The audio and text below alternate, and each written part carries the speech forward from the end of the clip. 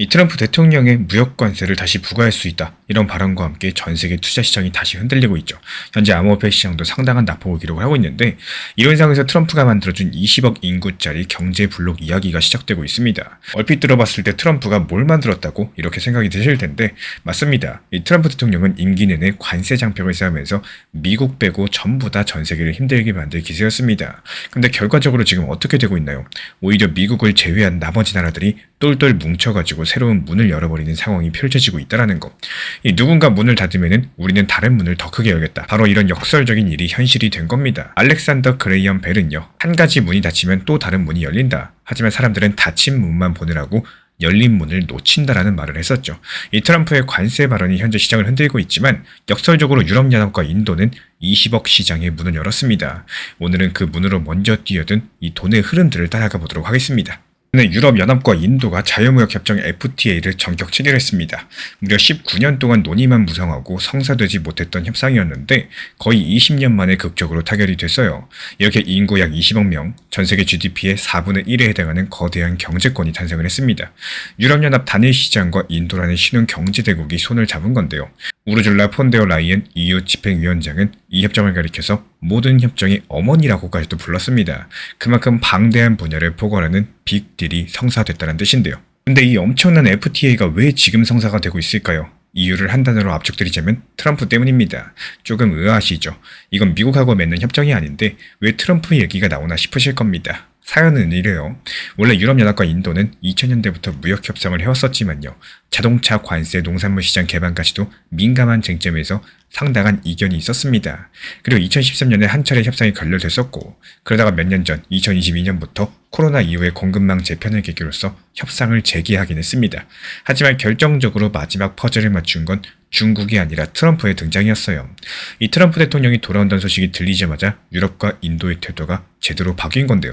실제로 지난 2024년 말이었죠. 미국 대선 결과 트럼프 당선이 유력해지면서 두려움이 현실이 됐습니다.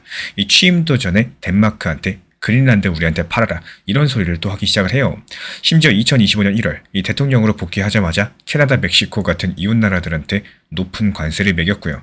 이른바 해방의 날 세금이라면서 전 세계 90개국에 벌집 관세를 때려버린 겁니다. 인도가 그 중에서도 최고 수준인 50% 관세 폭탄을 맞았는데 네가 러시아산 원유를 싸게 샀다 썼지 그럼 버리다 이런 식이었었죠. 이 정작 러시아산 원유를 더 많이 사간 중국한테는 한마디도 못하면서 인도한테만 유독하게 가혹하게 굴었습니다. 인도 입장에서 봤을 때는 우리를 전략적 파트너라고 부르더니 결국에 미국도 자기 이득 앞에서는 중국과 다를 게 없구나 이렇게 깨달을 수밖에 없었겠죠. 유럽도 상황이 비슷했습니다. 트럼프는 동맹국이라고 봐주질 않았어요. 무역 적자 난다는 이유로서 독일 자동차에 관세 때리고 프랑스 와인에 때리고 심지어 나토 동맹국들이 자신의 그린란드 매입 제한 반대하면서 좋다 유럽 너희도 관세 10에서 25% 매겨주겠다 이렇게 위협을 했습니다. 이게 유럽 입장에서 봤을 때 황당하고 불안하겠죠. 미국이 저렇게 나오면 우리 안보는커녕 경제까지도 휘청이겠다 이렇게 생각이 들었을 겁니다. 실제로 프랑스에서는 이렇게 가다간 우리만 덩그러니 남겨지는 이 집에 혼자 남은 유럽 신세 되는 거 아니냐 이런 말까지도 돌았는데요. 그만큼 트럼프의 미국을 이제는 신뢰하기 어렵다는 정서가 퍼진 겁니다. 그러니까 유럽과 인도가 머리를 맞댈 수밖에 없었겠죠. 미국이 언제 우리한테 등을 돌릴지 모르니까 우리도 플랜 B를 만들자 이렇게 서로 이해관계가 딱 맞아 떨어진 건데 인도가 마침 제조업 육성에 열을 올리고 있던 참이었고 유럽연합은 인도 같은 대규모 소비시장에 접근할 수 있는 기회를 찾고 있었습니다. 트럼프발 관세 폭탄을 맞아보니까 둘 다 느낀 거예요. 우리가 왜 서로 시장을 닫고 있나. 미국이랑 엮여서 손해볼 바에는 차라리 우리끼리 문을 열어보자. 바로 이런 지점인 거죠. 그래서 19년이나 질질 끌던 협상을 단 몇 개월 만에 초고속으로 끝내버린 겁니다. 누가 봐도 이번 타결의 1등 공신은 아이러니하게도 트럼프 대통령인 건데 이 트럼프가 너무 몰아붙인 덕분에 유럽연합과 인도가 손을 잡는 계기를 만들어줬습니다. 이 합의를 통해서 양측에서는 서로 관세를 크게 낮추기로 했어요. 예를 들어서 인도는 그동안 수입차의 최고 100% 넘는 미친 관세를 매겼는데요. 이걸 앞으로 단계적으로 10%까지 낮추기로 했습니다. 독일차 좋아하는 인도 중산층에겐 희소식이겠죠. 유럽연합도 대부분의 인도산 수입품에 붙는 관세를 즉각 철폐하기로 했습니다. 인도 입장에서 봤을 때 값싼 섬유, 의류, 해산물 여러 가지로 유럽에 전부 다 많이 팔 수 있는 기회가 열렸어요. 무역 장벽이 전부 다 낮아지는 만큼 유럽연합과 인도의 교역 규모를 2030년까지 지금의 2배 수준으로 키우겠다. 이런 야심찬 목표까지도 내걸었습니다. 그리고 이번 협정이 경제 분야에서 끝나는 게 아니에요. 안보, 기술, 인적 교류까지도 전부 다 포괄하는 포괄적인 전략 동반자 관계를 맺기로 했습니다. 유럽 해군이랑 인도 해군이 함께 인도양을 순찰하고 유럽연합이 인도의 사이버 보안 기술과 첨단 무기를 판매 공동 개발하는 이런 안보 협력까지도 약속을 했는데요. 사실상 우리끼리 경제도 하고 안보도 하자 이런 동맹에 가까운 연대가 시작이 된 겁니다. 이쯤 되면 가장 초조해지는 거는 미국 입장이겠죠. 실제로 미국 정부, 특히 미국 재무부 쪽에서 공개적으로 불만을 터뜨렸습니다. 우리가 러시아산 기름 산다고 인도 혼내주고 있는데 유럽이 인도랑 손잡으면 어쩌자는 거냐. 그 돈이 돌고 돌아서 러시아로 갈 텐데 유럽연합 스스로 자기 무덤 판다. 이런 식의 공격이었는데 하지만 유럽은 개의치 않아요. 미국이 세계 경찰 역할을 그만두고 자기 이득만 챙길 거면은 우리도 우리 갈 길 가겠다. 이런 메시지를 노골적으로 보여준 셈입니다. 이번 협정 발표 하루 전에 유럽연합 정상들이 인도 뉴델리에서 열린 인도 공화국의 날 행사에 주빈으로 참석을 했어요. 유럽의 지도자들이 인도 군사 퍼레이드에 나란히 앉아서 미소 짓는 사진들 상당히 상징적이었습니다. 몇 달 전까지만 해도 에너지 위기네 이러면서 침울했던 유럽 분위기랑 다르게 아주 화기애애하고 자신감 있는 모습이었거든요. 보는 사람마다 느꼈을 겁니다. 세계가 진짜 움직이고 있구나. 현재 미국만 빼고 전 세계가 다시 모였구나. 바로 이런 순간이었습니다. 정리드리자면 지금 벌어지고 있는 일은 겉보기엔 유럽연합과 인도의 FTA 타결이 있지만 그 본질은 포스트 미국 월드, 즉 미국 이후를 대비하는 세계 질서의 등장입니다. 미국이 쌓은 높은 관세 장벽이 지금 당장은 상대 국가들을 압박하는 것처럼 보이지만요. 결국에 그 벽 밖에서 새로운 길이 뚫려버렸다는 거. 아메리카 퍼스트를 외치던 미국이 이제 아메리칸 언론, 미국 혼자뿐의 길로 들어서는 역설적인 장면이 연출이 된 겁니다. 그리고 여기에는 분명히 거시경제적으로 상당히 중요한 함의가 존재하고 있어요. 먼저 첫 번째로 세계 교역의 판도가 달라질 거예요. 그동안 미국이 중심에 있었던 다자 무역 체제에서 지금부터는 지역별 블록화, 동맹국들끼리의 2중, 3중 협정이 뒤엉킨 새로운 맵이 그려집니다. 이런 과정에서 중국과 미국에 치우쳤던 무역과 투자 흐름이 조금 더 분산될 가능성이 크다라는 거. 특히 인도가 유럽연합과 가까워지면서 아시아 대국인 인도가 미, 중 어느 한쪽에 붙지 않고요. 제3의 축을 형성하는 이런 그림들이 보입니다. 이런 것들이 바로 동남아, 아프리카, 중동 포함해서 여러 가지 국가들한테 미국이나 중국만 바라보지 말고 다양한 협력상들을 찾아라. 이런 메시지를 주게 된다는 거. 실제로 인도는요. 그냥 EU와만 한 게 아니라 영국과도 별도 무역협정을 논의 중이고 호주, 일본 등과도 경제 파트너십을 강화하고 있습니다. 유럽연합도 역시 남미의 메르코르스랑 오랜 난항 끝에 협정을 맺는 발빠르게 다른 시장과 연계하고 있죠. 즉 2차 파급 효과로 전 세계적으로 신동맹 프레임이 가속화될 전망인 거고 과거의 냉전 때 미국 진영, 소련 진영 이렇게 갈렸던 것과는 양상이 조금 달라졌어요.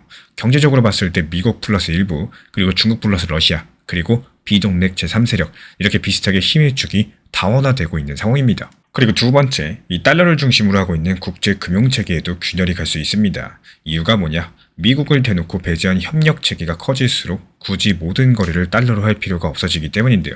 현재 국제 무역 결제나 자산 보유에서 달러화 비중이 높겠지만 이 자체적으로 협력을 강화하면요. 유로화나 루피화 사용이 늘릴 수 있겠죠. 그럼 이미 중국과 러시아는 에너지 거래를 위안화로서 하는 여러 가지 탈달러 움직임을 보여주고 있고 인도도 일부 결제를 루피화로서 하는 시범을 시작을 했습니다. 그리고 EU 측에서도 유로화를 기축통화로 더 메이고 싶어 하고요. 트럼프발 갈등의 3차 파급 효과로 이 탈달러 속도가 빨라질 가능성이 있다는 거. 물론 하루아침에 달러 패권이 무너진다? 이렇게 극단적인 말씀을 드리는 게 아니에요.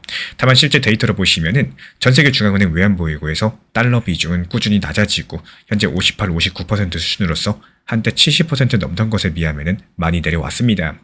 그리고 이런 공백들을 채우는 게 바로 유로, 위안, 엔 같은 이런 다른 통화 국가 통화도 있겠지만요. 가장 두드러진 건 금입니다. 2022년, 2023년 연속으로서 중앙은행들의 금 순매입량이 사상 최대치를 찍었는데요. 미 국채 줄여나가면서 금을 사들이고 있다는 거죠. 2025년 금값이 64% 폭등하면서 1온스당 3,000달러 돌파했어요. 그만큼 많은 나라가 달러 대신에 실물 자산을 비축하고 있다는 뜻인 건데 올해 들어서 금은 현재 5,400달러까지도 돌파하고 있는 상황입니다. 이 달러 대신에 금이라는 공식들이 만약에 달러 대신에 금 그리고 비트코인 이렇게까지도 확장되면 어떨까요? 아직까지 상상일 뿐이지만 일부 자산 운용사, 기관 투자자들은 벌써 이런 가능성에 대해서 대비하고 있습니다. 그리고 비트코인을 비롯한 암호화폐 시장에서도 미묘한 영향력이 진행 중에 있어요. 표면적인 뉴스만 봤을 때 FTA나 관세전쟁, 크립토랑 무관해 보이죠. 하지만 흐름을 잘 살펴보시면은 트럼프발 국제 분쟁이 격화될수록 오히려 조용하게 비트코인 쪽으로 돈이 들어오는 이런 정황들이 포착되고 있다는 거. 2023년, 2025년 사이를 돌이켜보시면요. 미국 SEC의 규제 압박, 금리 인상 포함해서 악재로서 한때 비트코인 가격이 주춤하기도 했습니다. 근데 정작 2024년 후반부터 2025년 들어가지고 미국 정치 외교 리스크 커지면서 아이러니하게도 비트코인 사상 최고가를 경신하고 10만 달러 돌파했었어요. 여기서 웃긴 건요. 그렇게 가격 뛰는 동안에 미국 투자자들 ETF 승인 늦어진다고 투덜대면서 주저하고 있을 때 해외, 특히 아시아, 유럽 큰손들이 선제적으로 비트코인 매집했다는 점입니다. 온체인 데이터가 이런 것들 말해주고 있는데 최근 기준 전체 비트코인 중에 70% 가까이가 1년 넘게 움직이지 않고 그대로 보관되어 있어요. 이런 중장기 보유 물량들 주로 초기 투자자들, 기관, 그리고 시중에 잘 안 나타나는 강한 송들의 몫입니다. 그리고 또 한 가지, 거래소에 맡겨진 비트코인 수량이 5, 6년 전보다 훨씬 더 적어져가지고 현재 전 세계 거래소를 통틀어서 280만 비트코인 남짓밖에 안 됩니다. 불과 2020년만 해도 300만 개가 넘는 코인이 거래소의 지갑에 있었는데요. 지금은 그게 쭉 빠졌다라는 거. 어디로 갔을까요? 개인 지갑, 커스터디, 기관 금고 이런 속으로 들어간 거죠. 시장에 당장 나올 매물이 줄었다는 뜻인 건데 이렇게 비트코인은 표면적인 뉴스랑 달리 뒤에서 상당한 수급 변화가 일어나고 있었다라는 거. 미국이 시끄러울 때조차도 긴 안목으로서 조용히 사들이는 손들이 있었고 그래서 폭락 없이 견고하게 버티면서 오히려 미국 경기 둔화 우려가 나오면서 금과 함께 상승을 했던 겁니다. 결국에 정리드리자면은 미국이 세계를 리드하던 시대가 저무나 많은 분들께서 이런 막연한 질문을 품고 계실 텐데요. 오늘 이야기는 그 질문에 대한 하나의 그림을 보여드립니다. 이 트럼프 대통령이 미국을 다시 위대하게 만들겠다고 했지만 지금 벌어지는 일들은 미국을 제외한 다른 나라들이 스스로 더 강해지는 장면이겠죠. 달리 말씀드리자면 미국 혼자만의 세상은 점점 힘들어지고 있다는 현실이고 유럽연합과 인도의 FTA 무역협정이 아니라 이 돈의 흐름이 기존과 다르게 움직이기 시작했다는 신호탄이라고 보시는 게 맞습니다. 뉴스는 A를 얘기하지만 돈들은 이미 B로 향하는 이런 괴리 말이죠. 저는 이것이야말로 우리 구독자분들께서 위험과 기회가 동시에 있는 변화라고 생각을 해요. 미국 시장만 쳐다보던 시야를 넓혀가지고 전 세계의 돈 흐름을 읽으면 새로운 기회가 보이기 시작을 할 겁니다. 또 반대로 미국만 믿고 가다가는 세계의 큰 흐름을 놓치면서 자산 배분에 그르칠 수도 있겠죠. 이 개인적인 해석을 조금 더 덧붙여 드리자면요. 사실 이런 국제정세 이슈는 우리 개미 투자자랑 무슨 상관이냐 이렇게 생각드실 수 있어요. 하지만 저는 세상의 자금 흐름의 방향성을 한 발 먼저 읽을 수 있냐 없냐 여기서 투자 성패를 갈 수 있다고 생각을 합니다. 이번 사안을 두고 여러 가지 해석이 있겠지만 이 크게 둘로 나눠드려보자면은 첫 번째 시각은 트럼프 같은 변수가 사라지면은 다시 원래대로 돌아갈 거야. 미국과 동맹이 금방 화해하고 글로벌 경제 다시 안정될 거야. 이런 관점이고 지금의 유럽연합과 인도 밀착은 일시적인 대응일 뿐이지 그래도 기본적인 질서는 미국 중심으로 유지가 될 것이다. 이런 생각이겠죠. 그리고 두 번째 시각. 아니다. 이 판도는 이미 기울었다. 현재 세계는 다극화로 접어들고 지역 블록화 시대로 가고 있는 상황이고 미국의 영향력은 구조적으로 쇠퇴 국면에 들어섰다는 관점입니다. 이런 견해에서 봤을 때 달러 패권이 약화될 거고 미국 국제에 대한 신뢰도가 저하될 거고 여기에 따른 대한 결제망이 등장할 거다. 이런 것들을 근거로 듭니다. 저는 이 두 가지 중에서 두 번째 관점에 조금 더 무게를 두고 있는데요. 지난 2, 3년간 데이터를 추적해보면은 눈에 보이는 뉴스보다 수면 아래 숫자들이 두 번째 이야기를 속삭이고 있어요.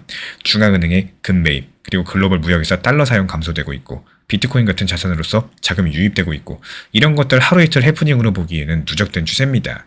그래서 저는 이 돈들은 이미 미국 너머를 향해 흐르고 있다고 해석을 해요. 물론 이런 해석이 틀릴 수도 있어요. 하지만 가장 큰 변수는 미국 자체의 변화겠죠. 이를테면은 트럼프발 충격에 미국 사회도 깨닫고 정권이 교체된다라거나 워싱턴이 동맹을 달래면서 다시 다자주의로 복귀한다라거나 그러면 이야기는 달라질 수 있습니다. 그리고 향후에 유럽연합이나 인도 내부 문제로 이런 연대가 뻐걱거릴 가능성 배제할 수 없어요. 이 세상 일은 늘 여러 가지 가능성이 존재하니까요. 하지만 딱 한 가지만큼은 분명합니다. 돈의 흐름은 정직하다라는 거. 눈앞의 뉴스에 일일비하시기보다도 그 뉴스 뒤에서 거대한 돈이 어디를 향해서 움직이는지 이런 것들을 보는 눈만 잃지 않으시면 되는 거고 저는 오늘 이야기의 결론을 이렇게 정리드리고 싶어요. 이 트럼프 대통령이 문을 닫아 걸면서 세계는 더 크고 더 새로운 문을 열고 있다는 거 그리고 그 문을 통해서 흐르는 돈의 방향성이 향후 몇 년 동안 시장의 방향타가 될 거라는 거. 앞으로도 우리는 이 뉴스 헤드라인과 자금 흐름 간의 괴리가 보일 때 표면보다 이면을 또 말보다는 행동을 뉴스 A보다 돈의 방향 B를 여기서 먼저 읽는 투자 기준을 가져야 될 겁니다. 그래야지 변화의 시대에 한 박자 빠르게 대응하고 살아남을 수 있으니까요. 결국 이번 이슈의 핵심은요. 미국이 등을 돌린 자리에 새로운 질서가 꼽히고 있다는 거. 그 속에서 돈은 벌써 길을 찾고 있다는 사실입니다. 미국이 누구도 넘볼 수 없는 울타리를 치려고 할수록 모두가 그 울타리 밖에 모여서 더 큰 성을 쌓아 올리고 있습니다. 왜 트럼프가 1등 공신인 건지, 왜 닫힌 문 대신에 열린 문인지 이제는 선명해졌으리라고 생각을 하고요.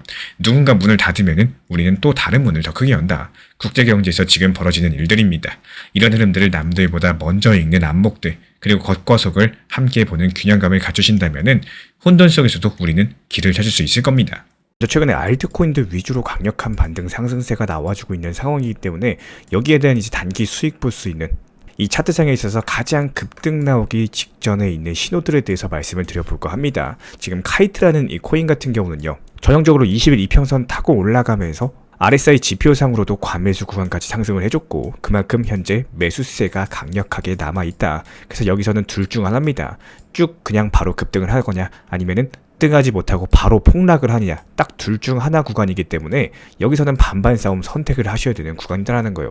그리고 나서 꼭대기에서 가장 강력한 패턴이 떴죠. 바로 양봉 한 번, 그리고 음봉 한 번으로 꼬았다가 다시 양봉으로 이어지는, 그러니까 매수와 매도의 힘겨루기를 봤을 때 단기간에 급등하겠다라고 해놓고 이렇게 말을 올렸어요. 그리고 여기서 바로 급등을 해주는 게 아니라 오히려 개미 한번 털고 가겠다, 음봉을 보여줬어요. 그리고 나서 바닥 다져주고 다시 음봉 말린 자리를 그대로 회복을 해줬습니다. 이게 바로 양봉, 음봉, 양봉, 그리고 나서 급등으로 이어지는 패턴들이 자주 출몰하는 경우가 많다라는 거고, 그리고 여기서 포인트가 될 만한 것들을 하나만 더 말씀드려 보도록 하겠습니다. 이 지금 보시면은 거래량을 보셔야 되는데, 이 상승할 때 거래량, 그러니까 단기 바닥 부근에서 본격적인 상승을 시작했던 이 양봉에서의 거래량을 한번 보세요.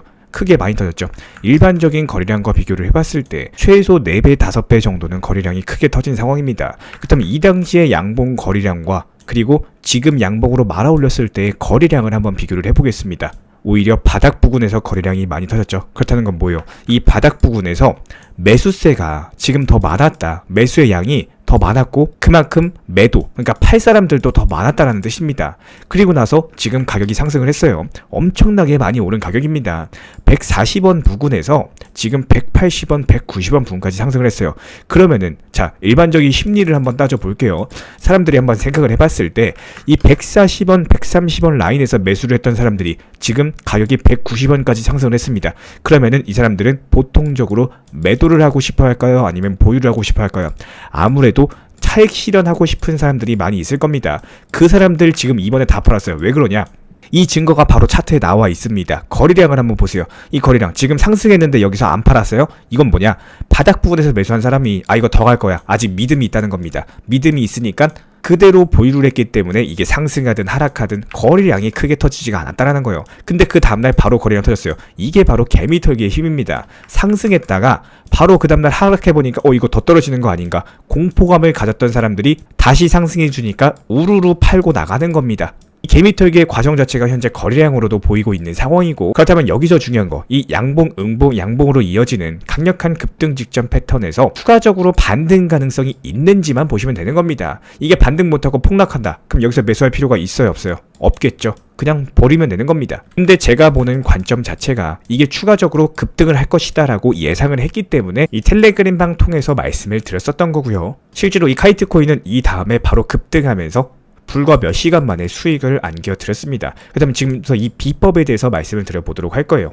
자, 기본적으로 한 가지가 지금 벌써 말씀을 드렸죠. 한 가지가 뭐냐? 기본적인 심리로 봤을 때 이 거래량을 보시면은 이 당시 매수했던 사람들이 지금 여기서 개미 털고 있는데도 안 팔아요. 거래량이 이 당시랑 비교했을 때 지금 절반 정도 터진 상황이죠. 그렇다는 건 뭐예요? 그만큼 팔지 않았다, 매도하지 않았다. 이 개미 털기 요 음봉으로 인해 가지고 매도할 사람들은 전부 다 매도를 했음에도 불구하고 거래량이 적은 상황에서 오히려 양봉이 크게 터지면서 가격을 말아 올렸다라는 거는 기본적인 시장 심리에서의 이 차트에서의 투자 심리가 매수와 매도의 줄다리기를 비교를 했을 때 매수세가 더 강할까요? 매도세가 더 강할까요? 당연히 매수세가 더 강했고 매도세가 적었기 때문에 팔 사람들 다 팔아도 가격이 상승할 수가 있었던 거겠죠. 이게 먼저 첫 번째 포인트고, 그리고 이어가지고 볼게요. 요 카이트 코인 방금 전 차트에서 양봉이 강력하게 떴었죠. 양봉이 뜨면서 10%가 넘게 급등을 했습니다. 그럼에도 불구하고 거래대금이 어때요? 지금 거래대금이 100억도 안 합니다. 지금 업비트에서 강력하게 상승하는 코인들 보통 보면은 기본적인 거래대금 자체가 300억에서 1000억까지도 넘어가는 경우가 많이 있습니다. 그럼에도 불구하고 이 카이트 코인은 강력한 급등했고 팔 사람들 다 팔았는데도 불구하고 거래대금이 70억밖에 안 됐다라는 거. 근데 이런 상황에서 또 양봉을 기록하고 있다라는 거. 그렇다면 후속 거래대금이 더 많이 터질 수밖에 없겠죠. 이 거래대금도 주의 깊게 보셔야 되는 두 가지 포인트다 이렇게 볼 수가 있겠고, 그리고 지금 보시는 이 차트 같은 경우는 아까 처음에 말씀드렸던 요 차트를 조금 더 축소시켜가지고 길게 본 겁니다. 처음에 신규 상장 당시에 거래량이 크게 터졌었죠. 그리고 나서 180원 라인 돌파하려고 했을 때 당시에 어떤 모종의 이유로 인해 가지고 돌파하지 못하고 오랜 기간 동안 바닥을 형성했습니다. 그리고 나서 오랜 기간 동안 지루하게 끌면서 개미들을 털어왔어요. 그리고 나서 다시 반등 주는데, 여기서 요때 이 180원, 190원 라인에서 물려있던 사람들 다시 지금 본전 온 상황입니다. 여기서 팔고 싶을까요? 아니면 팔기 싫을까요? 이 투자 심리상으로 봤을 때는 반반이겠죠. 매도할 사람들은 전부 다 매도했을 테고, 아 나는 이거 기다린 게 있는데 조금 더 기다려가지고 더 크게 먹고 나오겠다, 뭐 이런 생각을 가진 사람들도 많이 있을 겁니다. 하지만 여기서 거래량을 봤을 때 이 당시에 지금 가지고 있던 사람들, 요 당시 그리고 거래량 여기에 대해서 절반도 안 터진 상황입니다. 이건 무슨 말이냐? 본전 왔는데 팔아요 안 팔아요? 매도세가 지금 보였던 사람들이, 여기서 물려있던 사람들이 지금 팔지 않는다라는 것들이 이미 거래량으로서도 확인이 된 상황이죠. 이유가 뭐냐? 일단 거래량 자체가 같은 라인 자리까지 왔는데 기본적인 거래량이 아주 극소수로 터진 상황이고, 이렇게 거래량이 적게 터졌는데도 가격이 반등을 하고 미털기 음봉이 있었음에도 불구하고 종목 자체가 10% 넘게 급등을 한다. 이거는 그만큼 매도할 사람들은 다 팔았고 약간의 적은 매수세만으로도 가격 자체가 쉽게 반등할 수 있는 이런 종목 구조가 형성이 되어 있다, 이렇게 볼 수가 있다라는 겁니다. 그리고 이렇게 차트까지 전부 다 공부를 해놓으셨으면은 그 다음에 호가창을 보셔야 돼요. 그냥 단순하게 이렇게 호가창 숫자만 보는 거는 전혀 의미가 없습니다. 우리가 차트상에 뭘 확인했죠? 방금 매도세가 적다라는 것들을 확인했죠. 이 차트의 기본적인 투자 심리를 봤을 때 매도세가 지금 적은 상황이고 보유하고 싶은 심리가 강력하다라는 것들을 차트상으로 확인했습니다. 근데 지금 호가창 어때요? 가짜 매도세들이 많이 쌓여있는 상황이죠. 여기서 만약에 내가 본전이 왔다라면은 팔 사람들 심리가 어떨까요? 보통 이게 186원에 팔든 185원에 팔든 급하게 팔려고 하는 매도세가 많아야지 가격이 상승을 하지 못하고 떨어지는데, 이렇게 그냥 가짜로 걸어놨다라는 건 이건 뭐예요? 그냥 이게 186원 가면은 또 이거 위에다 올려놓고 189원, 190원 이런 식으로 그냥 가짜로 올려놓는 매물들이 많이 존재한다라는 게 호가창으로도 확인이 됐고, 반면에 종목이 10%씩 이렇게 급등하고 있다라는 건 뭐예요? 그만큼 비싼 값에, 지금 만약에 185원이면은 나는 186원이라도 사겠다, 이런 식으로 1원 1원 조금 더 비싼 값에 사고자 하고 싶은 이런 매수세가 많이 존재한다는 뜻이겠죠. 그리고 실제로 그 다음날 어떻습니까? 180원, 190원 라인에서 210원, 220원, 그리고 240원 라인까지도 넘볼 정도로 하루 만에 20% 정도가 급등을 한 상황입니다. 그래서 지금 윗골이 달고 조금 밀렸는데 그래도 14% 정도 급등한 상황이죠. 이렇게 여러가지 차트상의 매도랑 매수세 보이십니까지도 확인하면서 호가창의 가매도까지도 확인하면서 이렇게 접근을 하니까 단기간에 수익을 낼 수 있었던 이런 차트 패턴이 나왔다라는 거고, 이거를 조금 더 이제 축소해가지고 한번 살펴볼게요. 그럼 여기까지 공부가 되셨다면은 지금 이 차트를 보면서 무슨 생각이 드시나요? 신규 상장 당시에 강력한 매물 구간에 거래량이 적게 돌파를 했습니다. 이 당시 터진 거래량과 비교를 해봤을 때 아직까지 터진 것도 아니죠. 종목 자체가 이렇게 전고점 돌파할 정도로 강력하게 상승을 했고, 이렇게 시세가 나고 있는 상황에서 거래량이 크게 터지지 않고 있는데, 과연 이 종목의 시세가 지금 200원으로 끝날 종목일까요? 절대 아니겠죠. 여기서 추가적으로 급락을 하든 다시 또 반등을 주든 뭐 여러가지 우여곡절도 있겠지만, 저는 이 차트가 그대로 우상향을 한다거나 아니면 여기서 벗어난다라고 할지라도 바닥 다지고 다시 한번 반등 줄 종목이다, 이렇게 바라보고 있는 상황이고, 그렇기 때문에 우리 신사 청년 채널 차원에서도 이 종목 계속 이제 추적해가지고 기본적인 타점들, 회원분들께서 따라오실 수 있을 만한 안전한 타점들을 찾을 때마다 다시 한번 텔레그램방 통해서 말씀을 드릴 예정입니다. 실제로 이번에 신사 단기 종합방 통해가지고 카이트에 대해서 말씀을 드렸었고 멋지게 수익까지 나면서 마무리가 된 종목이죠. 다시 한번 또 타점 나왔을 때 그때 또 진입하도록 하겠습니다. 최근에 시장이 너무 답답하다 보니까 정보방 입장에 대해서 문의 주시는 분들께서 많아지셨어요. 먼저 제일 중요하지만요, 제가 안내드리는 모든 정보방은 업비트, 빗썸, 현물 매매로서만 안내 도움드리고 있습니다. 지금 화면에 보이시는 번호나 혹은 댓글 링크에 있는 신청란을 통해서 신청 주시면은 안내를 도움드리고 있고요. 이 세 가지 방 중에 필요로 하신 방을 체크해서 신청 주시면은 필요로 하신 방에 맞춰가지고 입장 안내 드리고 있습니다. 먼저 리플 전용방 같은 경우에 리플에 대한 중요 이슈, 그리고 리플에 대한 단기 저점과 단기 고점, 중장기적으로 보는 중요 타점 같은 핵심 내용에 대해서 안내드리고 있기 때문에 영상 시청해주시는 우리 구독자분들께서 리플이라는 코인이 장기적으로 좋다라는 건 알고는 있지만 현재 같은 시장에서는 많은 답답함을 느끼시는 분들께서 정말로 많이 계실 거라고 생각을 합니다. 이 적당한 일부 비중은 단기 고점과 저점을 살려서 효율적인 대응을 만들어 가시고 또 오히려 중장기적으로 더 잘 가져가기 위한 효율적인 매매하시는 것들을 추천드려요. 그리고 두 번째로 종합 브리핑방입니다. 장기적으로 보기에 좋은 코인들과 현재 시장 흐름에 대한 중요 시장 이슈들, 브리핑 내용이나 리플에 대한 방향성, 락업 해제 일정과 여기에 따른 움직임들에 대해서 안내드리는 종합적인 방이다. 이렇게 생각해 주시면 되겠습니다. 그리고 마지막으로 단기 종합방 같은 경우는 말 그대로 단기 종목들에 대한 타점을 안내드리고 있는 방입니다. 이 단기 종목은 말 그대로 단기 종목답게 접근을 하셔야 되는데 욕심으로 인해서 타점을 너무 높게 잡아가지고 수익 실현을 못하거나 아니면 눈치 보기 매매를 하다가 이렇게 수익 실현의 기회를 놓치셨던 기억이 있으신 분들 지금 시장에서 정말 많은 상황인데요. 항상 비중 조절이 중요하고요. 매수와 동시에 목표 타점을 걸어 놓으면서 현실적으로 봤을 때 내 것으로 만들어서 마침표까지 잘 찍는 게 단기 매매의 핵심이다 생각을 해요. 단 여기서 중요한 거. 아무리 내가 좋아하고 시기가 좋고 스스로 괜찮다고 판단하셔도 몰빵 매매는 정말 위험하기 때문에 매번 말씀드리는 비중 조절 원칙 매매로 접근하시는 게 가장 중요합니다. 끝으로 항상 말씀드리고 있지만요. 저는 업비트, 빗썸, 현물 매매에 대해서만 안내를 도움드리고 있기 때문에 절대로 해외골에서 선물 매매에 대한 고위험 리스크 매매에 대해서는 언급조차 드리지 않고 있습니다. 무조건적으로 업비트, 빗썸, 이렇게 현물 매매로 필요하신 분들께서만 입장 신청 주시면 안내 도움 드리도록 하겠습니다. 이 빠르게 가는 것보다 중요한 건요. 꾸준하고 길게 가는 게 더 중요한 투자 시장이다. 이렇게 생각을 해요. 건강한 비중 조절 원칙 매매 활용하시기를 늘 응원드리겠습니다. 이 리플 XRP의 매수 매도 타점은 순간의 판단이 전부예요. 그래서 우리 신사 채널에서는 시장의 숨결 하나하나까지 놓치지 않고자 모든 흐름들 실시간으로 모니터링 중에 있습니다.